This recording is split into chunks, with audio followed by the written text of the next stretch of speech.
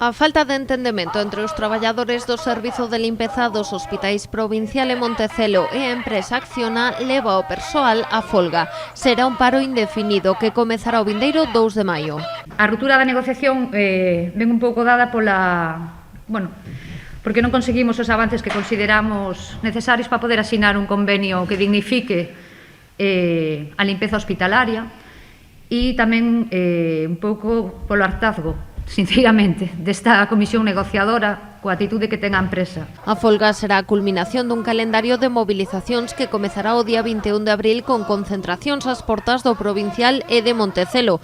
Tamén convocan unha manifestación o día 27, partindo dende o Hospital Provincial ata a Peregrina ás 6:30 da tarde.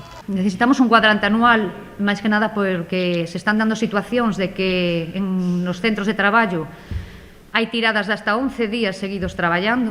Temos un problema tamén agora mesmo co tema das funcións de limpador, de limpadora e de especialistas. Entendemos que moitas limpadoras e limpadores están facendo funcións de especialistas e non sei se está abonando o plus. Unha das cuestións que máis indigna aos traballadores é a oferta económica da empresa. Fixan un plus de 120 euros anuais neste 2022, ampliable aos 240 en 2 anos, sempre que os traballadores non pasen máis de 30 días ao ano de baixa.